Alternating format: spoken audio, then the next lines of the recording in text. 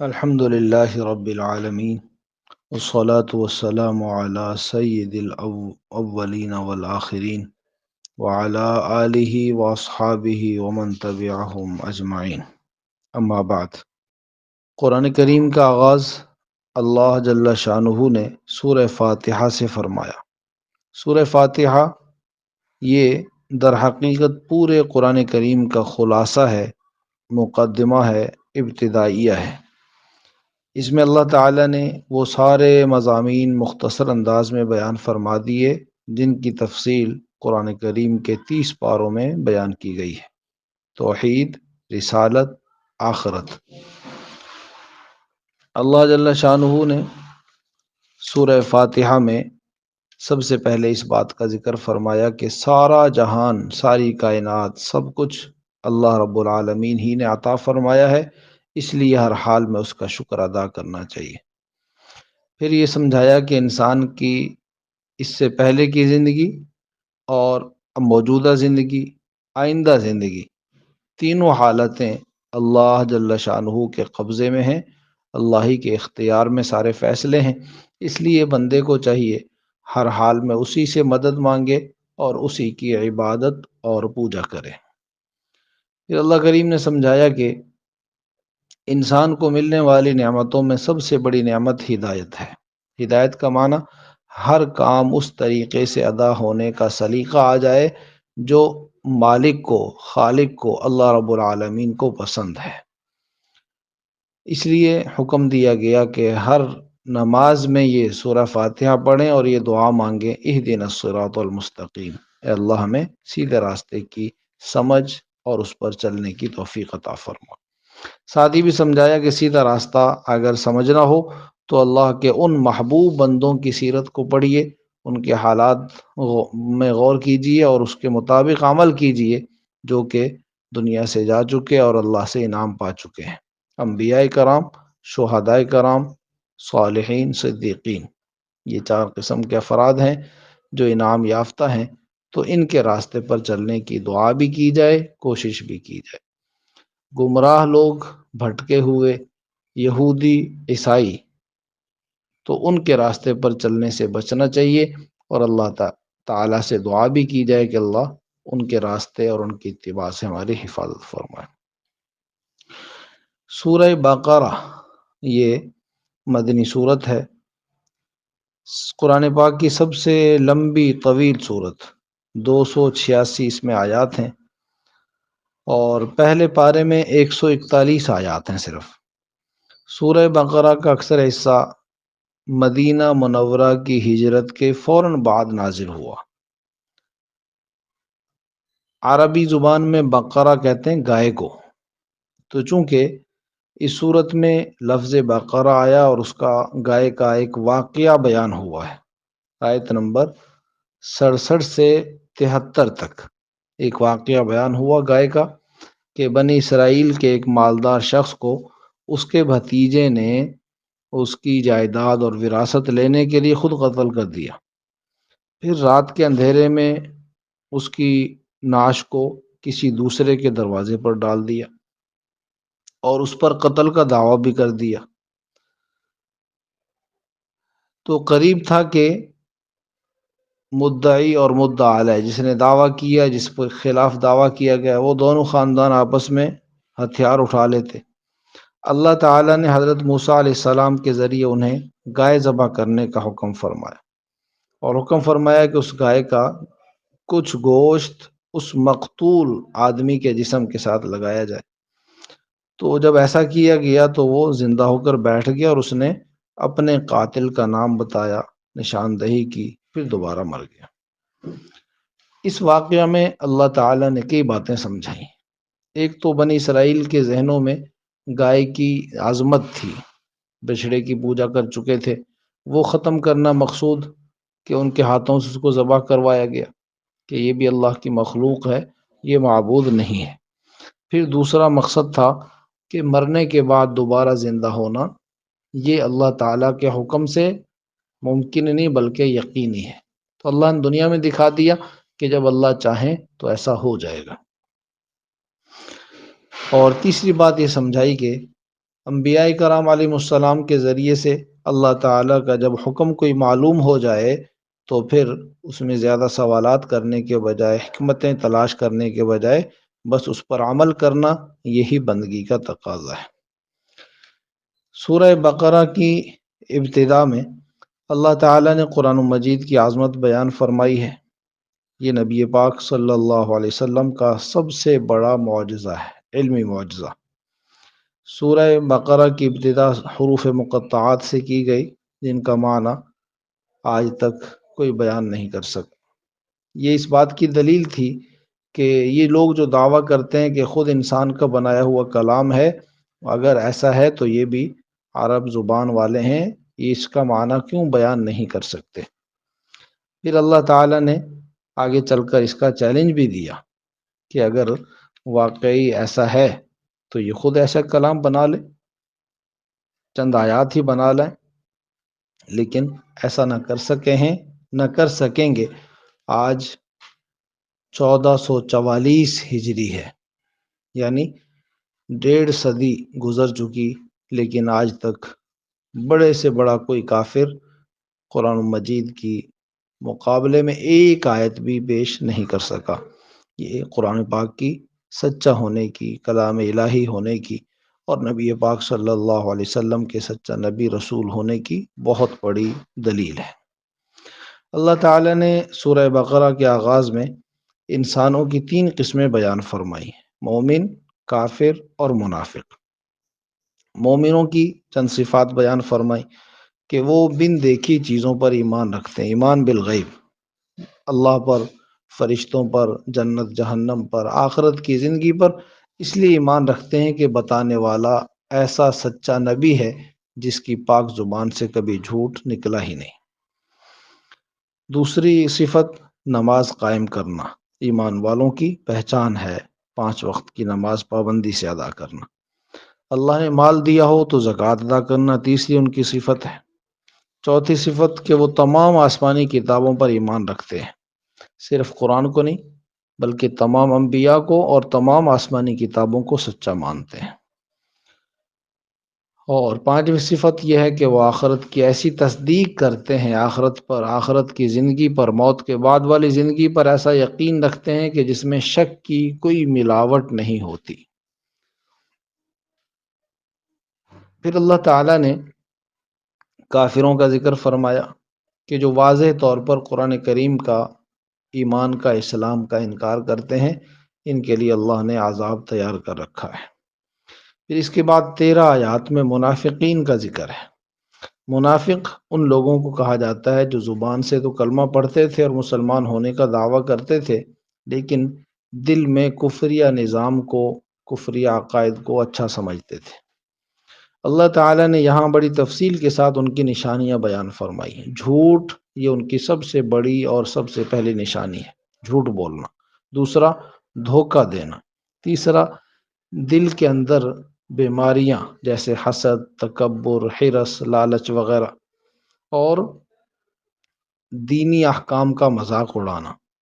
زمین کے اندر فتنہ فساد، لوگوں میں لڑائیاں کروانا، اور خود اپنے نظریات کے بارے میں شک اور تذبذب کا شکار رہنا۔ پھر اسی طرح مسلمانوں کا مذاق اڑانا۔ تو اللہ تعالیٰ نے یہاں بڑی تفصیل کے ساتھ ان کا ذکر فرمایا اور ان کا انجام بھی بیان فرمایا کہ یہ اپنے آپ کو دھوکہ دے رہے ہیں، اللہ کو دھوکہ نہیں دے سکتے۔ اس لیے ان کو سمجھنا چاہیے کہ اللہ تعالیٰ کو اور ایمان والوں کو دھوکہ دینے کی کوشش یہ اپنے ساتھ فریب ہے۔ اس کے بعد اللہ تعالیٰ نے سورہ بقرہ میں پہلے پارے میں حضرت آدم علیہ السلام کا، حضرت حوا کا، اور ان کے مقابلے میں جو ازلی دشمن ہے ابلیس، اس کا واقعہ تفصیل سے بیان فرمایا ہے۔ اللہ تعالیٰ نے انسان کو اپنا خلیفہ بنا کر زمین پر بھیجا ہے۔ اس سے پہلے کا واقعہ بیان فرمایا کہ جب آدم علیہ السلام کو تخلیق کی گئی، بنایا گیا، اللہ تعالیٰ نے فرشتوں کو حکم فرمایا کہ اس کو سجدہ کریں۔ یہ تعظیمی سجدہ تھا، اس عظمت کو سمجھانے کے لیے کہ انسان ساری مخلوقات سے افضل اور اعلیٰ ہے۔ بہرحال ابلیس نے، چونکہ یہ بھی وہاں فرشتوں میں موجود تھا، اگرچہ جن تھا، اس نے سجدے سے انکار کیا تو اللہ رب العزت نے اپنی رحمت سے اور جنت سے اس کو محروم کر دیا۔ بہرحال حضرت آدم علیہ السلام کو اللہ تعالیٰ نے جنت میں رہائش عطا فرمائی، اما حوا کو، اور ایک خاص پھل، درخت یا خاص چیز کو کھانے سے منع فرمایا، لیکن ابلیس نے اللہ کے نام کی جھوٹی قسمیں کھا کر دھوکہ دے کر بہرحال وہ کھلایا۔ اللہ کو منظور تھا حضرت آدم علیہ السلام اور اما حوا زمین پر آئے اور اللہ نے زمین کو آباد فرمایا۔ تو بہرحال سمجھایا کہ یہ ایک آزمائش کا سلسلہ ہے، امتحان کی جگہ ہے دنیا، یہاں یہ شیطان کوشش کرتا رہے گا اسی طرح اللہ کے بندوں کو اللہ کے احکام سے بہکانے اور پھسلانے کی۔ اس کے بعد پہلے پارے میں بلکہ سورہ بقرہ میں بنی اسرائیل کا تذکرہ ہے۔ بنی اسرائیل کا تعارف اور ان کے حالات، واقعات، ان کے اعمال، پھر ان کا انجام اللہ جل شانہ نے اور بھی بہت سی صورتوں میں بیان فرمایا، لیکن سورہ بقرہ میں بڑی تفصیل کے ساتھ ہے۔ چنانچہ سورہ بقرہ کی آیت نمبر 40 سے آیت نمبر 123 تک، یعنی مسلسل 183 آیات میں بنی اسرائیل کا تذکرہ ہے۔ بنی اسرائیل کون ہیں؟ ان کا مختصر تعارف یہ ہے۔ حضرت ابراہیم خلیل اللہ علیہ السلام سے مشہور اور نامور دو نسلیں چلیں۔ ایک بی بی ہاجرہ مصری سلام اللہ علیہا کے بطن سے پیدا ہونے والے صاحبزادے حضرت اسماعیل علیہ السلام، پھر ان کی یہ نسل بنی اسماعیل کہلائی۔ آگے چل کر ان میں ایک قبیلہ قریش کے نام سے مشہور ہوا۔ ان کا وطن عرب تھا۔ انہی میں آخری نبی حضرت محمد رسول اللہ صلی اللہ علیہ وسلم تشریف لائے۔ حضرت ابراہیم علیہ السلام کی دوسری نسل بی بی سارہ عراقی سلام اللہ علیہا کے بطن سے پیدا ہونے والے فرزند ارجمند حضرت اسحاق علیہ السلام، اور پھر ان کے بیٹے حضرت یعقوب علیہ السلام سے نسل چلی۔ حضرت یعقوب علیہ السلام کا دوسرا نام یا لقب اسرائیل ہے، اس لیے ان کی اولاد کو بنی اسرائیل کہا گیا۔ ان کا وطن ملک شام رہا۔ حضرت یعقوب علیہ السلام کے 12 بیٹے تھے، اس لیے 12 قبیلے بنے بنی اسرائیل کے۔ بنی اسرائیل کا صدیوں تک عروج رہا۔ توحید کی علم بردار دنیا میں یہی قوم رہی۔ انبیاء کرام علیہ السلام ان میں آتے رہے، بڑے بڑے عابد زاہد ان میں پیدا ہوئے، حکمران، بڑے بڑے بادشاہ، فوجی جنرل ان میں بہت پیدا ہوئے۔ نزول قرآن کے وقت ان کا اقتدار ختم ہو چکا تھا۔ اپنے وطن سے نکل کر عراق، مصر وغیرہ یہ ان علاقوں میں پھیل چکے تھے۔ ان کے کچھ قبیلے حجاز میں اور خصوصاً مدینہ منورہ میں آباد ہو چکے تھے۔ بنی اسرائیل تو ایک قومی اور نسلی ان کا نام ہے۔ مذہبی حیثیت سے یہ لوگ یہود تھے، پھر ان میں سے کچھ عیسائی بنے۔ ان کے اندر اللہ تعالیٰ نے ان کو جن نعمتوں سے نوازا اور جن کا یہاں ذکر ہے، ان میں خاص طور پر اس کا ذکر ہے کہ ان میں انبیاء کرام علیہ السلام بڑی تعداد میں پیدا ہوئے ہیں۔ ایک بڑے اعزاز کی بات ہے۔ حضرت یعقوب علیہ السلام سے لے کر حضرت عیسیٰ علیہ السلام تک 4000 پیغمبر بنی اسرائیل میں سے ہوئے ہیں۔ پھر بڑے بڑے بادشاہ ان میں گزرے ہیں، جیسے حضرت داؤد، سلیمان علیہ السلام، اور اسی طرح بعض پیغمبر علماء مشائخ کی صورت میں جیسے حضرت زکریا، یحییٰ علیہ السلام، اور زاہدوں عابدوں کی صورت میں جیسے حضرت یونس علیہ السلام وغیرہ، یہ سب بنی اسرائیل میں سے ہیں۔ دوسرا انعام بنی اسرائیل کو یہ دیا گیا کہ ان کو دنیا کی ساری قوموں پر فضیلت دی گئی، جس کا یہاں سورہ بقرہ میں ذکر بھی ہے کہ اس وقت جتنی قومیں موجود تھیں ان سب میں ان کو اللہ تعالیٰ نے مقام بھی عطا فرمایا، اور یہی اس وقت کے راہبر رہنما بھی تھے، چونکہ توحید پر یہ قائم تھے۔ تیسرا انعام جو اللہ تعالیٰ نے یہاں بیان فرمایا وہ یہ ہے کہ فرعون یعنی مصر کے جو بادشاہ ہیں اس قوم پر ظلم کرتے رہے، ان کو غلام بنائے رکھا، تو اللہ تعالیٰ نے حضرت موسیٰ علیہ السلام کے ذریعے سے ان کو آزادی والی نعمت عطا فرمائی۔